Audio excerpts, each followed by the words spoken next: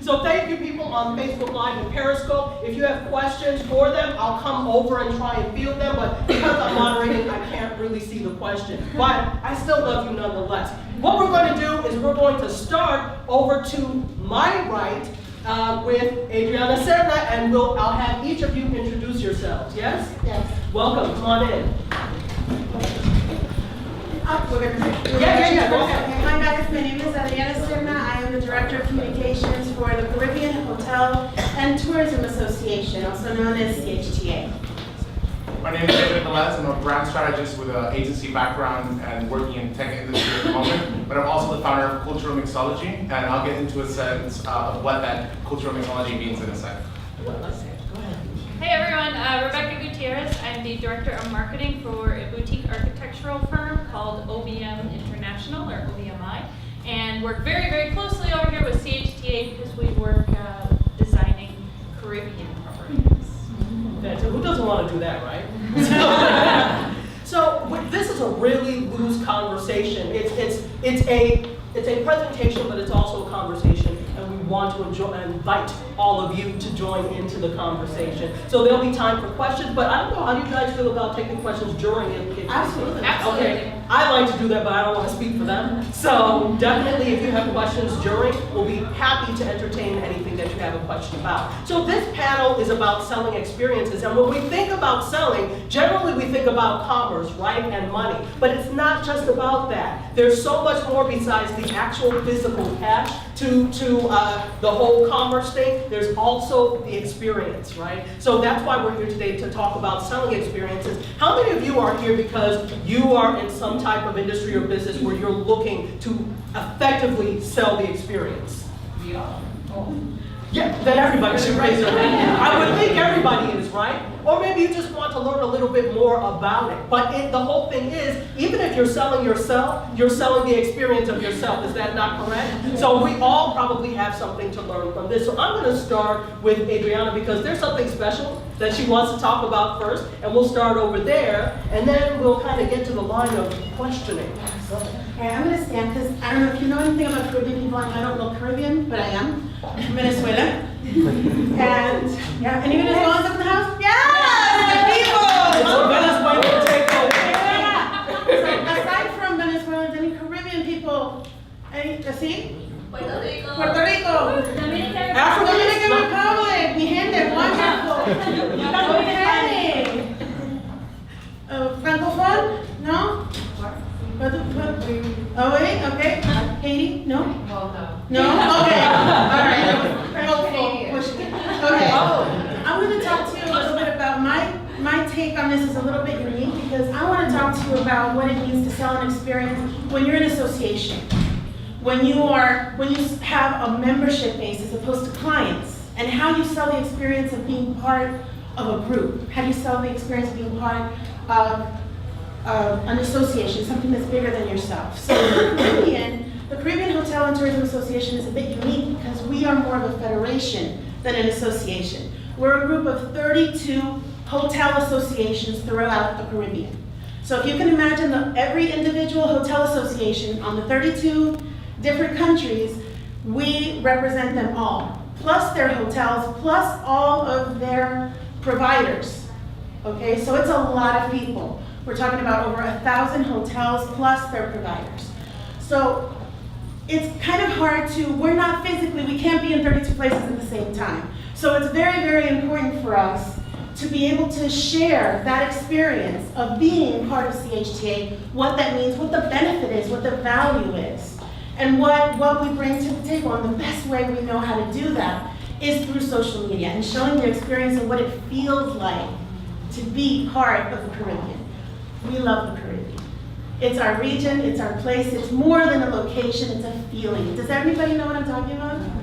You know what it feels like to be Caribbean. That's what it feels like to be Caribbean. Right? Yeah. Now, if you could think, this is the core of, to me, what it means to sell an experience. People will forget what you said, people forget what you look like, people will never forget how you made them feel. So when it comes to selling the value of your product, think about literally sensory. What does it feel like to purchase your product, to be with your company, to be in your presence. If it's a service that you're providing, what does that feel like? Okay, so I told you a little bit about what CHTA is, and actually that is not a retouched fantasy, that's St. Lucia. If you've never been, those are the Pistons in St. Lucia, and that's an actual place, y'all, that you can visit. If you want to know how, let me know. So it's over 1,000 hotels and hospitality service providers, 32 national associations. The way we bring it all together is we have to figure out first, well, we have two primary markets. We have business to business, which are our hotels, but then we're also representing, we're also representing an entire region and their employees. So we're representing the community as well. We're representing people locally, we're representing the diaspora outside, the Caribbean diaspora outside of the Caribbean, and we're also representatives as far as government. We are advocates for the industry. As it stands right now, hospitality and tourism is the largest, most influential economic engine in the region, period. It would be hard-pressed to find one person in the Caribbean that isn't impacted economically by our industry. So we play a very pivotal role, and we take it very seriously, and we're very proud of it. So how do we show this value, the experience of being part of CHTA? Let's go ahead and go with the next one.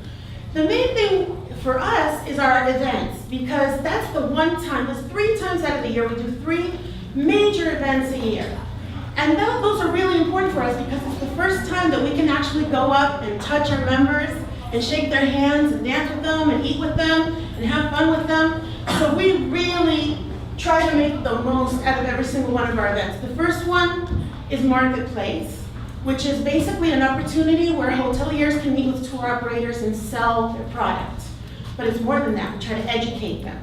We try to do all of that. So what we do is during the event, we do a lot of Facebook Live. We do a lot of Periscope.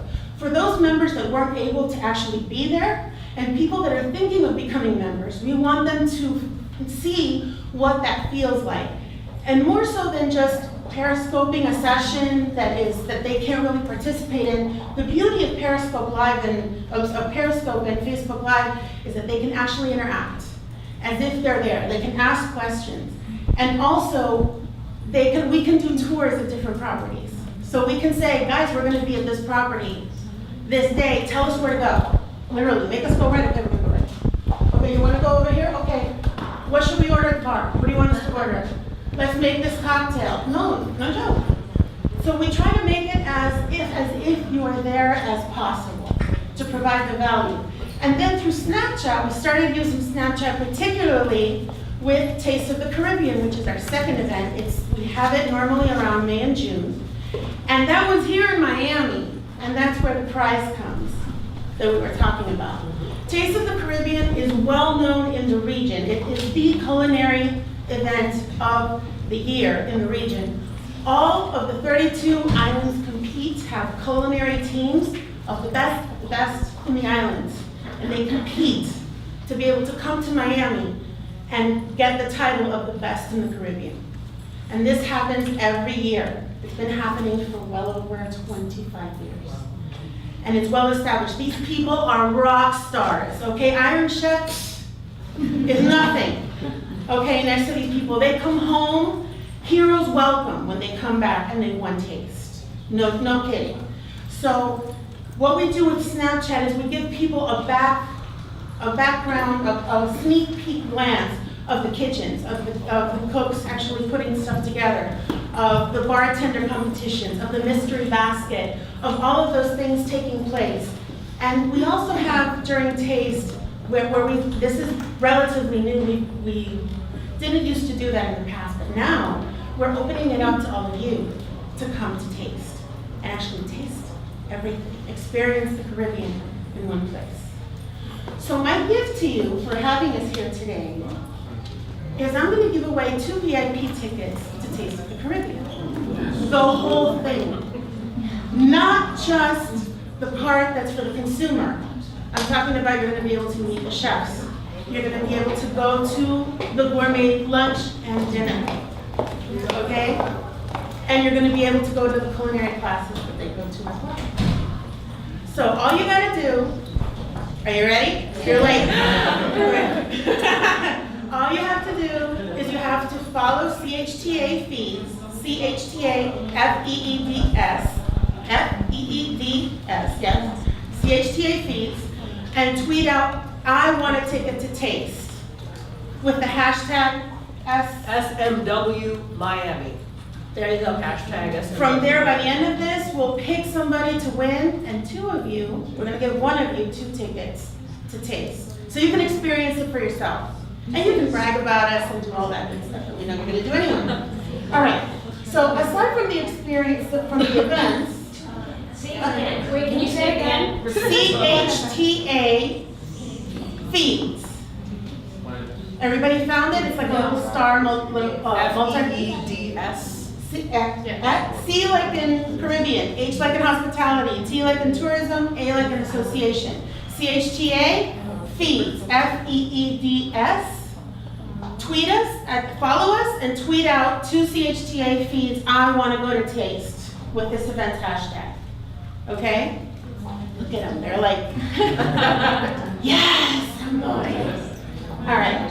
I would have loved to take you all to the Caribbean, but this is as close as I get, okay? The other thing that we do is that we make sure that we share the information, because that's a big thing that we do for our members. Okay, we put together, for example, when we had a sargassum issue. Does anybody know what sargassum is? It's a type of seaweed that we had an overabundance because of climate change that is an issue. Sargassum started overproducing on some of the beaches. So we put out a resource center for our members so that they could figure out how to handle that situation. And other things, when the sharing economy started showing up, and it was creating an issue for a lot of our hotels, how to adapt, how to work with it, how to take advantage of this shift in the market, because it's changing an opportunity. And we wanted to make sure our members knew that. So what we did is we used GoToWebinar, we used Facebook Live, we used Periscope to share our webinars, to share our press conferences, to share all of this great content, information, advocacy that we're doing on behalf of our members. And also, it allowed, social media has helped us maintain throughout the region, remember it's 32 countries. It helps us keep an ongoing connection and an ongoing conversation. WhatsApp is huge for us in the Caribbean. We have different groups that we use to keep our members in contact with each other. And I'm talking about from, hey, I have this issue, to, hey, it's Joe's birthday, and then 4,000 connections later, hey, happy birthday, whatever.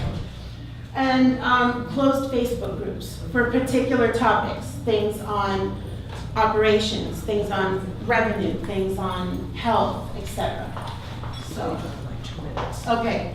And another thing that we do as far as to promote our region, we use platform takeovers with influencers on Instagram stories, Snapchat. We all know that Snapchat and Instagram stories, things like that Snapchat is the king of nano moment marketing, right? It's the king. So capture those moments. And the way we do it is that we do platform takeovers with the National Hotel Associations, we do platform takeovers with influencers, and we also do photo challenges and video challenges with the hotels are great, because it gives them an opportunity to show off how awesome they are and what the connection they have with their properties, and they actually give their guests the reins and tell them, okay, you had to help us show off. We can't sit here saying, we're great, we're great. You tell them how great we are. Go ahead, here. And they actually give people cameras, and people can show their favorite parts of their properties.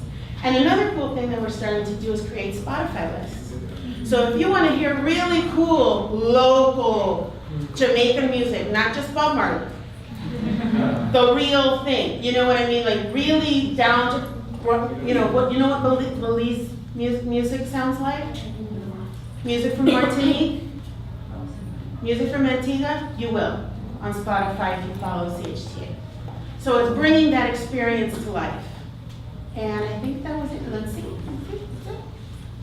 Yeah, oh, and another thing is, this is our portal to you. This is CaribbeanTravel.com. If you ever feel the urge to just hop over to one of the islands and, visit us, visit CaribbeanTravel.com. There we can show you where to go, where to stay, all the cool activities that you can do, and that's our portal to you.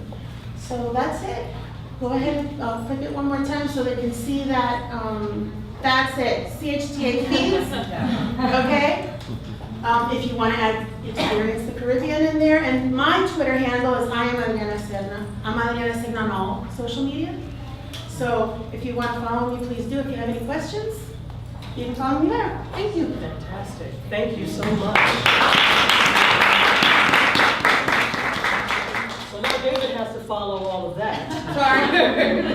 But he's going to do a fantastic job. What I'm going to do is, I see that there are some people trying to come in. Does anybody have a seat next to them? So there are a couple of seats in here. Let's see if we wish. Fantastic. And what I'm going to do is I'm going to move Periscope this way it's not blocking you. Oh, no worries. There you go.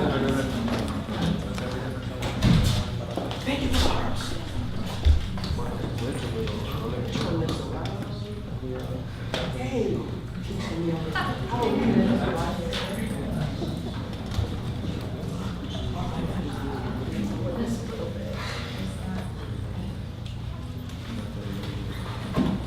Fantastic. All right, let's get rolling. All right, guys, so everybody excited to be here, shifting the gears from associations from the Caribbean. I'm going to take you to the world of more of artisan brands and what I do. So I'm the founder of Cultural Mixology, and you might be asking yourself, that sounds cool, but what is it? Cultural Mixology is a social movement born in social media that curates and motivates cultural mixing between the traditional Latin cultures and the modern urban lifestyle. So just to give you a quick sense, I traveled to the Guajira Peninsula in Colombia 5 years ago and bought this Wayu bag. I wore it in Dubai, New York, and here in Miami. And essentially, I'm cool mixing. This is something that happens around us in fashion, in design, everything in its curation. So what I do is, with this movement, I work with artisan brands and experiences. A lot of these small brands work with artists and collectives, but when they come to market, they have great products, but they set up a website and can't do marketing. So what I do is I work with them to really help them launch. So this brand was born out of, I'm a millennial, and it's born toward this millennials and the younger generation. And when today talking about the art of experiences, what I like to see is this concept of conscious experientialism. What is this? If you look at the statistics, the millennial generation and the younger generations are we might be the selfie addicted generation, but we are also most, ironically, we love to give back. We love brands to be authentic, to be transparent, and we love the stories that they give. So that's the concept where the conscious part of what I do. And then experientialism. If you think of your fathers and your grandfather's generation, it was material generations. It was, what did I have this, I have that. The new generation is, I did this, I did that, and I want to do that. So it's this concept of conscious experimentalism, which is what I focus with when I work with brands. Now, then moving into another concept of what is brand journeys. I think that every single brand has a brand journey, and that's what I work with my brands to really bring these experiences to life. So the first one that I'd like to introduce you, and I want to showcase two of the brands that I'm working with today. The first is Makua. Makua is a Colombian brand that collaborates with the indigenous women, Kuna women, who create the Mola textiles. What you notice to the left is we have Maria, who is the indigenous woman who actually creates the textiles. But just to give you a step back a little bit here, what's interesting here is that through social media, the designers, through Instagram stories, Snapchat, they're actually, even as they're starting a new collection, they take you through the journey of meeting the artisan women, creating the pieces. So it's telling that journey where people, if somebody's following on social media, even before they get a piece of jewelry, they're already following someone on a journey before. So it's the focus here is following that journey. And what we do, for example, here, Maria, the Kuna woman who actually creates the art. And then to the right, we have a consumer. So this is Julie, who's in New York. She followed the brand, she followed that journey, she bought the brand. And Julie's walking down the street, and what essentially happens is that when her friend stops her and asks her, oh my God, I love your necklace, where did you get it? She's not saying Macy's, she's saying, oh my God, I followed them on Instagram, and I went through their journey, I know who created it, it's Maria. And what we actually do is, what I recommend is the journey not only stops when you give them the piece, but reaching out and circling a 360. So as a brand, you could actually reach out to Julie and ask her to send a picture, post it on social media, but not to share it to the world, asking her to do it to share it back to Maria. Because then what she's gonna say is, I'm wearing this necklace, and I even sent a picture of me wearing it in New York to the artisan back in Panama and Colombia who made it. So it's that journey and circle, which is very interesting of what we do. Even though this is an artisan brand, I think it's this brand journey that any brand can really leverage and start thinking. And then moving to the next one here is another brand that we've worked with, which is Thread Artisan. So a new tendency in Latin America, and I see this worldwide in the travel industry, is curated travel experiences. Because you don't just want to say that you went to Guatemala. This could be anyone, instead of saying you went to Guatemala, you're going to Guatemala on a curated experience where you lived with artisans, you created the backpack that you're wearing. And that's what the younger generations want. They want these stories. So even itself, the product here is an experience, but they're bringing that experience to life. No other channel in history has allowed us to create these journeys.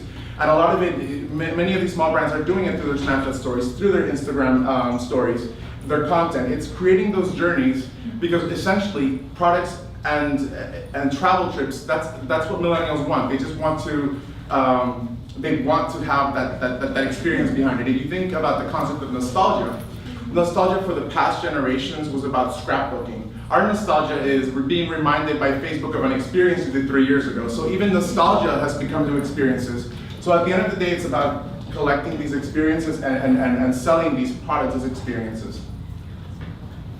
So just to leave everyone thinking, even though I gave you examples of very artisan brands, I believe that every brand, no matter what size or industry, has journeys. Think about even, I think that the large hotels, if you're marketing golf, what is your golf journey?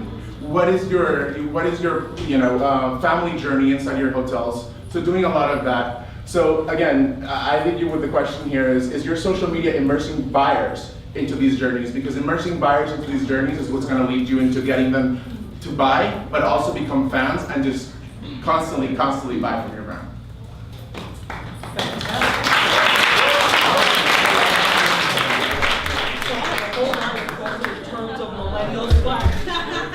I'm just going to hold off because we do have another speaker here who's equally as fantastic, and I'm going to let her get to it. And she's going to stand, I guess. Oh, and everybody, you can follow us at Cultural Mixology on Instagram. Cultural Mixology on Instagram. You're not on Twitter at all. Yeah, Cultural Mixology. And again, as we're waiting to set up, for those of you on Facebook Live and on Periscope, if you have any questions for the panel as we get to our questioning, please feel free to ask. If I miss it, put it back up, because I know it disappears on Periscope, so just let us know. And take it away, my dear.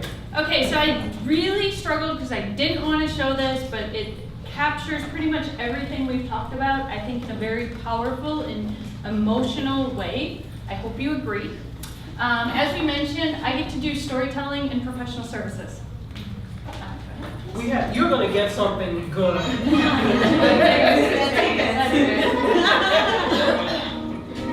So in the middle, this gets a little slow, so I may talk over it.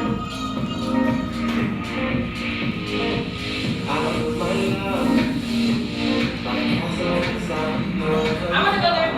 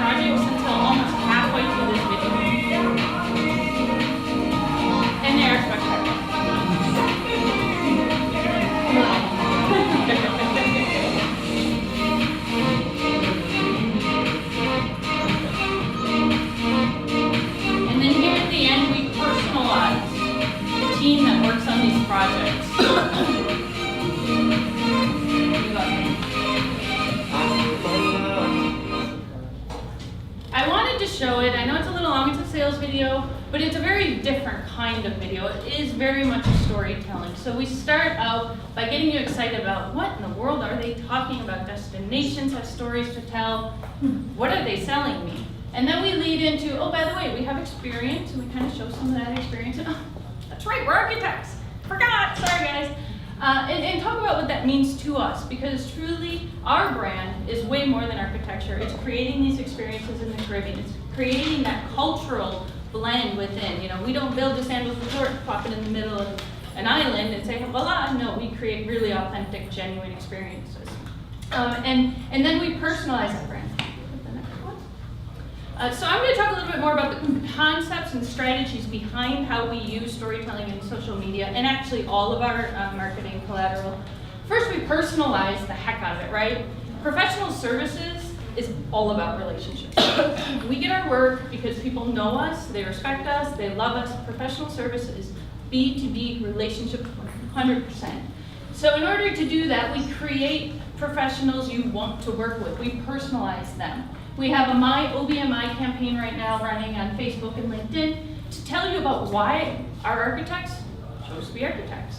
And it really helps you understand, oh, wow, I didn't know that story. And it makes you build a relationship with them, which becomes very, very powerful. Next slide, please. Read that paragraph. Who the heck doesn't want to read more? Like, what in the world is going on here, and why is this on an architect's website? It's a great read. I encourage you to go to our website, obmi.com. Check it out. It really is a fun story, true, written about our chairman and one of his escapades. Part of what we do is develop properties in the Middle East, in the Caribbean, in Europe, really remote, amazing places. We're doing a game lodge in Africa. So we get to experience stories ourselves during this design process. So the foundation of everything we do has to be amazing content. It has to be good for you to want to read it. So that is a center stone of what we do. Virtual reality is big right now, right? Doesn't mean everyone should play there, does it? It may not be appropriate. We are very fortunate that we can use virtual reality to help our designs come to life. We can put the goggles on our client's head with the design in the background, and they can feel immersed in that. We let our audience say, this is perfect for your industry, take us there, and we're taking them there. With the social channels particularly, that doesn't mean we need to be everywhere. Snapchat, not a good fit for us. So it's really important that we let our audience guide where they want to be, where we should reach out to them, and how they would like to be communicated back to us. Be friendly.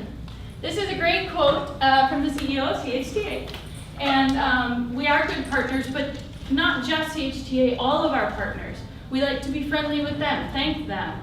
We like to engage with other strategic partners as well on social media, whether it's Facebook or whether it's LinkedIn. Or I actually have here a little icon of a print publication. The original quote was in a print publication. So when you're looking at these sorts of things, when you're looking at social media, don't forget traditional media. Don't forget to pull content from other sources and push it out in different ways. The goal is to create a relationship with your audience. To do that, just tell your story. We all have amazing stories. Thank you. You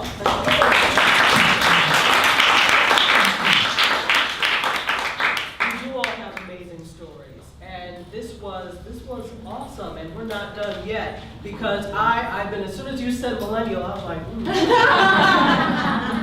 So there's this, and I'm going to ask each of you this. There is this never-ending chase after the millennial, because apparently Gen X and the rest of us are chopped liver, and we don't. But it's important because millennials are the largest generation right now. And so I want to know, you've already kind of talked about it, but I want more from each of you. Does the millennial fit into what it is that you do? And how are you drawing them in through social media? Me first? You first, my dear.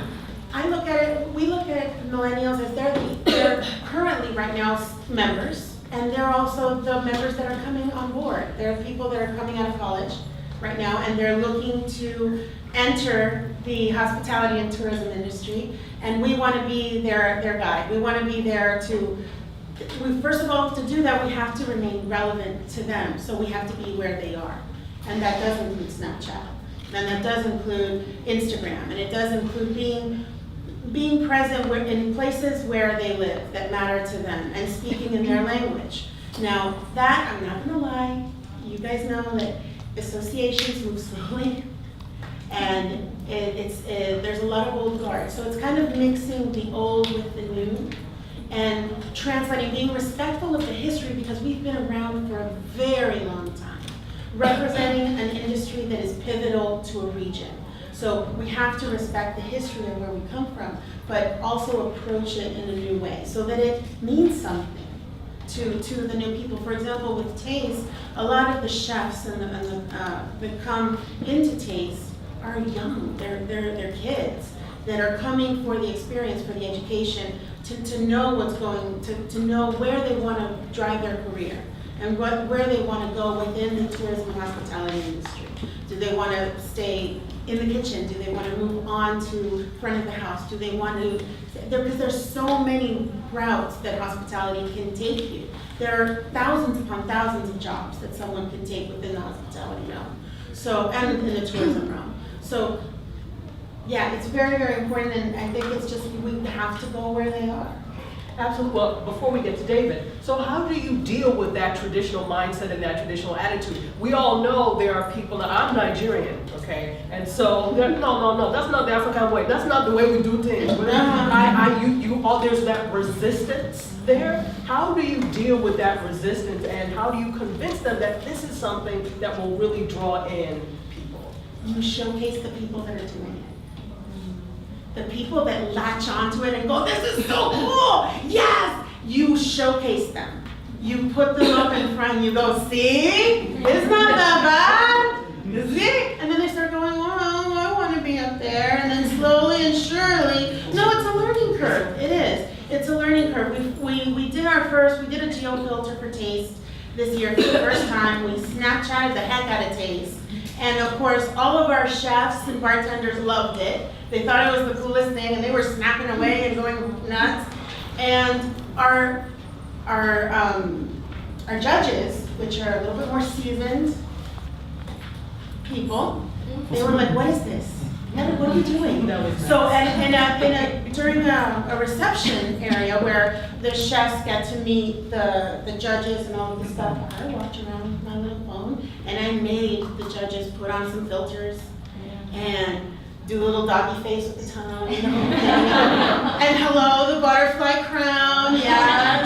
And they were loving it. They started cracking up, and it bonded the participants in the competition with the judges in a new way. They got to kind of like lower their guard a little bit and go like, oh, this is so cool, it's fun. It's not anything to be that scared about. So it's showcasing them and just slowly being mindful of, it's a learning curve. You're taking them outside of their comfort zones. So be kind and patient.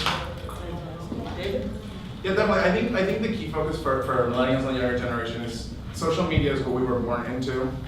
Some of us later on, but a lot of them were born into it. I like to think about it as experiences are their social currency, and platforms like Instagram, Snapchat are their wallets. They're collecting the experiences through their feeds. So that's how I like to see it. And I think it's just something that's the way they, that's where it's going. It's, and I think authenticity, transparency, and trying to give back are the things that fuel those experiences that you want to share. And again, it's those experiences that give the social currency. That's the new, it gives you social status to have experiences and stories, rather than saying that I have a Mercedes-Benz outside. Right.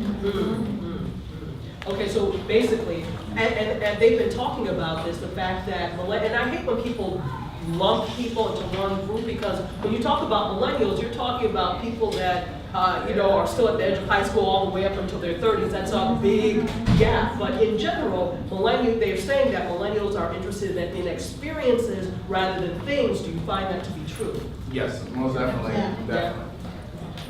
And our interest in our industry, particularly when we're working with the clients, when we're working with the hotels, particularly in the design process, we have to take millennials into consideration. because multi-generational travel is huge. And it's changing the way that we think about how we have to design a hotel or a luxury resort. No longer can we build just a cookie cutter resort and put a kids play area in the back corner where the parents go board them off. Now we have to think about, 3 generations traveling together, wanting to experience that authenticity. While we're designing it, we have to think about programming, and if there's going to be outside educational tours, or if they're going to need space that's flexible. All those things come very, very early in the design process with our clients to absolutely accommodate millennials. But on the flip side, for marketing and business development, millennials just aren't as relevant for us yet. There was an interesting article just yesterday about the fact that Generation X is forgotten, but they're secretly the ones in charge now. They're in the C-suite, they're the decision makers, and they are not to be forgotten. So it's interesting that, from a client side, we have to take millennials into consideration, but on a true business side, right now, they're just not as relevant as Generation X.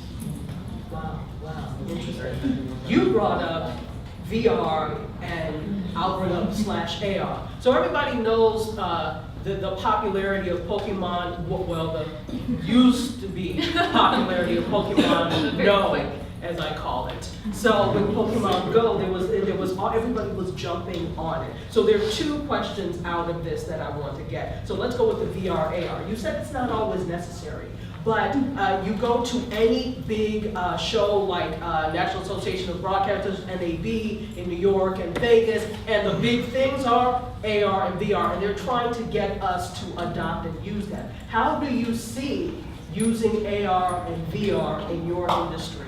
Let me correct you there. Okay. It is necessary, but make sure that's where your audience is. Right, well, that's what so making sure that's where your audience is. How do you envision using, or do you envision using that? I know when I was press at American Black Film Festival, and every time I go to a film festival, there's still some resistance to using these new technologies because it's still very old guard and old school.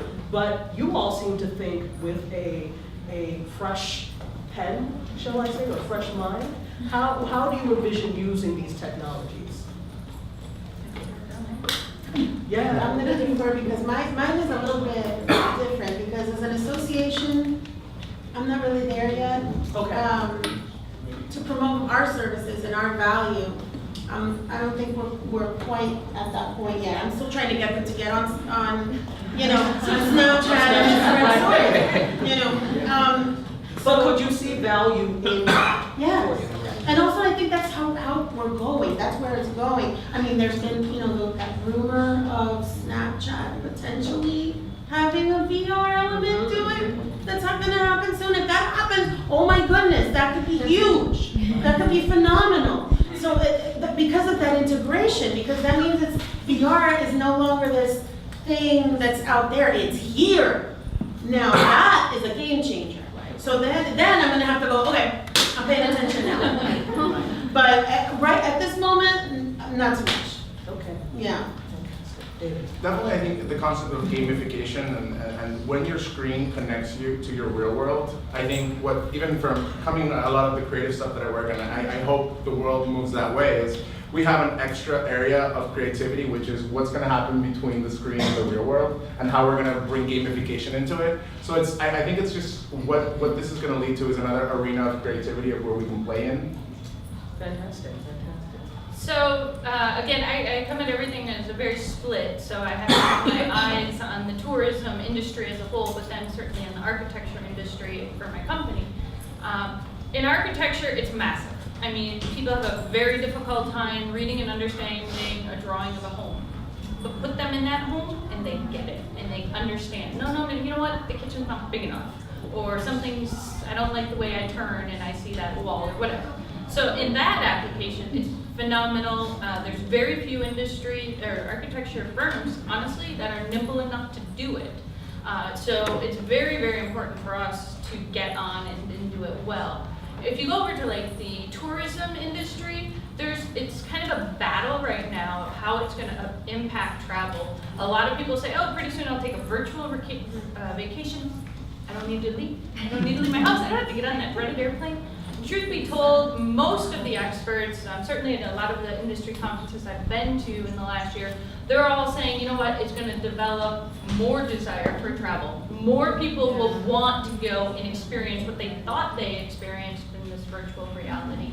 So I think overall on the industry of tourism and the industry of architecture, anything design related, it's going to change. It's really a game changer, and it's going to be huge. And those who adapt, because it's still very, very slow on adaptation, like you said, are going to really be ahead of the pack. Absolutely fantastic. So I know we're running short on time, and while I have my own forever line of questioning, I absolutely want to get you all involved. Does anybody live or virtual have questions for the panel? Yes. So all of you have amazing stories for what you do for your brands now. This is still a pretty new direction on social media. What are some of the tools or strategies you use to measure the impact you're making, and if you have specific applications or software that you want to share? Any of you? The basic, the main thing I utilize to track everything, where my customer lives, the main thing is Facebook. That's where it lives. So aside from Facebook Insights and things like that, of course we use Twitter, we use Instagram, all of that. But things like Social Sprout is where I primarily go. But I'm looking for engagement more than anything else. And yeah, just your standard metrics, but primarily looking for engagement. I don't need to, I mean, it's not a like game in my view. It's how many conversations can I have? How many shares can I get? But I think that's standard for everybody, you know? I would take that just slightly further. In professional services, we're not selling a widget. You can't go online and buy it. You're very much selling an experience of building a home or something of that nature. So to us, just quantifying the numbers of likes, shares, engagement, although there's some value in it, it's really the quality of those. So is it the right people looking at it? And that honestly just takes looking at the data, looking at who's talking, and kind of finding out through word of mouth who's seeing and engaging with it. And to that extent, I find it much more powerful if you have someone using your product or showcasing an experience using your hashtags. Much more powerful than anything. If you count that, it's you've got someone to actually use your hashtag. Yeah. Then that's much more than 300 people seeing it. Yeah, they become a brand ambassador, which is Well, our largest event of the year is in January, which is Caribbean Travel Marketplace. And even though we have thousands of hoteliers attend, last year we got 10 million reach on Twitter throughout the 3 days that we were at Marketplace. And that was engaging media, Caribbean media, international media, and everything. So people were talking to each other, not just physically during the event, but also online. And they were sharing information, and they were excited about their products, and they were excited about the region, and they were putting the region in a good light. And that means more work, more money, more prosperity for the region. So that it translates to, it really does translate to, it's like a pebble in the lake. It just, you can see it. So the reach is important. Fantastic, sir. Yeah, question for Adriana, right? Yes. At the beginning, I think you mentioned that your business is B2B and B2C. Kind of, yeah. So the experience or the strategy that you apply is different, I guess, because their target is different. So I don't know if what you just mentioned of the storytelling or the experimental marketing is the same for the B2B than the B2C. They're very different. With B2B, what we're trying to sell is the value of the association. So that means we're trying to share advocacy, how we're lobbying for the industry's best interests and that of the region. We're trying to educate our hoteliers and our allied members and share that information, have them interact with each other in spite of the geographical difference. And that's where social media is amazing. It really helps us do that. When it comes to B2C, we do have a small B2C component because while we're engaging at Taste and teaching our culinary, our chefs and our bartenders how to best provide you guys experiences when you go to the hotels, we're also bringing the Caribbean to Miami and showcasing it to you. So there is that B2C component. So it is very different. but I think that the strategies, we use the same channels, but in a different way, with a different objective. Does that make sense? Yeah.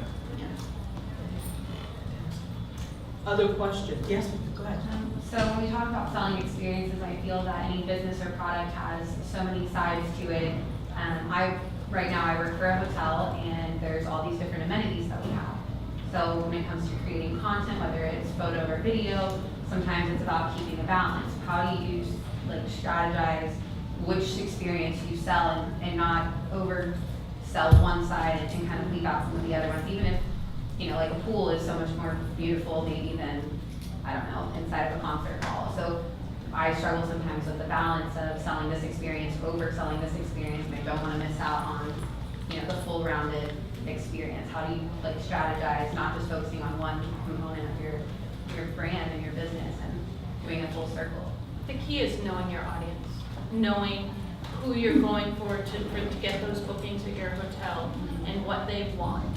And then, you may have a different message on different channels in order to do that. But if you know your audience in and out, then they're going to help you understand what story to push out and how much and where. I think there's absolutely no replacement for knowing your audience in and out and all around. It's just so valuable. And then test it. And if it's not working, try something else. But I think my journalist background is going to come out a little bit. You have to find an angle nobody else has, and you'll be memorable. I would say look at also start out by knowing, like she says, knowing your audience very, very well. But also think of what experiences can you showcase that they're having. Don't look at the pool as I want to feature this part of the hotel. Look at what stories can I tell that happen here. What would a 7-year-old experience in this hotel? Because, for example, one thing that went viral, I don't know if you remember the little bunny that was left at I think it was a Hyatt. Do you remember? I don't remember, but I know the story. It went crazy because the little girl left her bunny, a little stuffed velour bunny. And then the general manager said, well, they tweeted out a picture and said, don't worry, we have your bunny. She's at the spa right now. And they took a picture of the bunny in the spa with little cucumbers on his face. And people went crazy for it. So it's little things like that. And the little girl was like, oh my gosh. And then the reunion with the bunny. And it was just adorable. And that's that angle. Yeah. Nobody else has. It really plugs at your heartstrings, So it's looking at the people and also your people. Who in your hotel do people love to see? Because every hotel has that one person that is just magnetic. That one bartender or that one chambermaid that's walking down the hallway and everybody's like, good morning, how are you? And they're like, oh my God, I love this woman. She gives me extra mints. She's super nice. My kid loves her. Like, who is that person? And shine a spotlight on them, because in the end, you're selling more than rooms. You're selling. When somebody gives you their money, they're not just buying a room. They're giving you their time off, which is priceless. They're giving you their time with their family, which is priceless. So look at it from that perspective. How can you tell that story? Yeah, that's really the key component of personalizing your brand, making it real and tangible.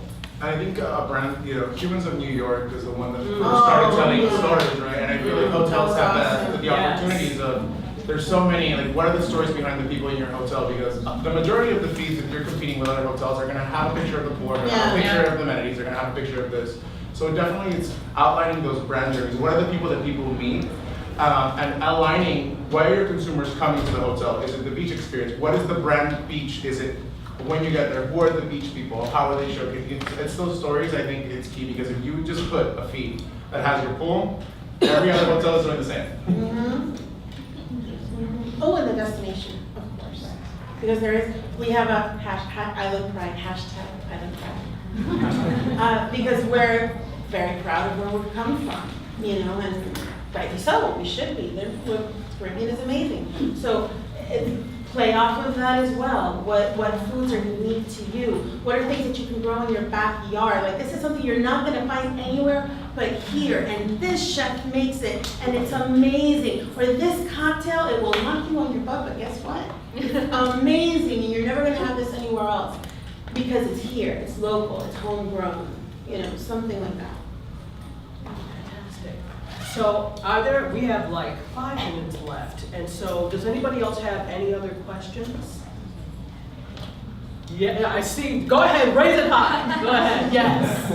So as you go about trying to create your experience, sell it, generate enthusiasm, how do you deal with, we work in government, so it's inevitable with the criticism that may come along. Somebody may try to poke holes in it or just deflate, you know, your balloon, so to speak. Like, how do you deal with that type of criticism? The proof is the key, and Adriana talked about it, you know. Arm yourself with facts and research. It works. Showcase it, you know, case studies.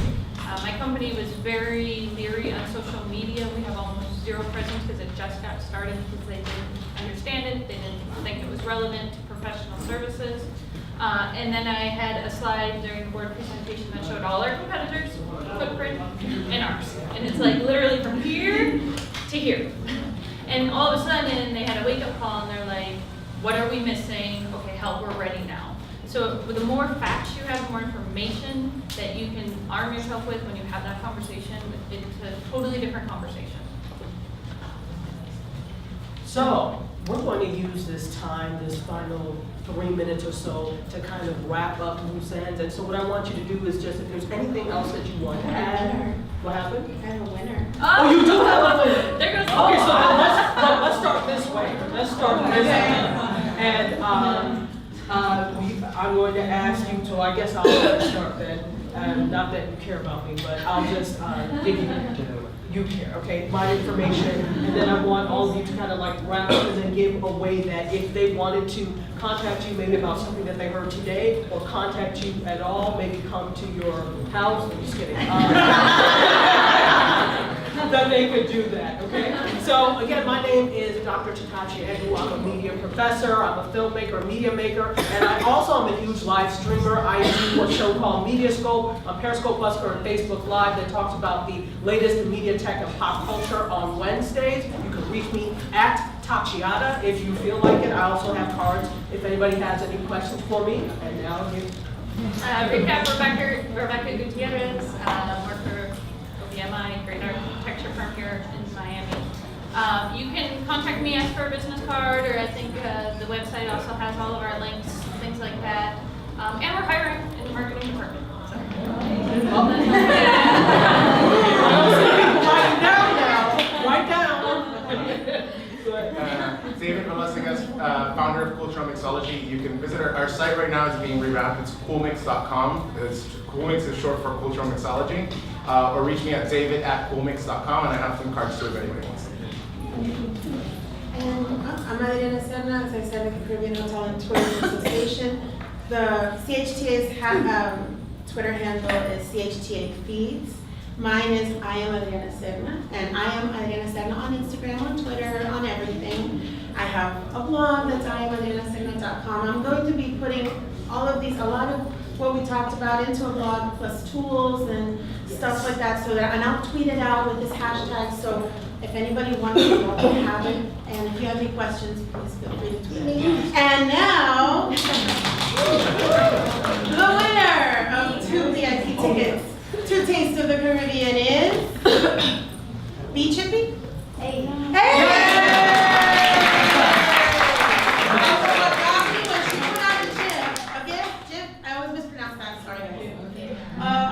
Christina Aguilera going like this. I could not skip it. I was like, what? That did it. So thank you. So 2 last things, really quickly. Thank you. And I actually have a T-shirt line, so I'm going to give each of you a T-shirt from my line for doing that. We have a brief announcement right here. Go ahead. I'm Natasha Dodd, and this is my. And we're both MBA students at Atlantis University. We have a booth just set up in the back corner here. And we wanted to share a little bit of information that we're kind of moving towards through our programs. Yeah, so really quickly, because I know we're running out of time.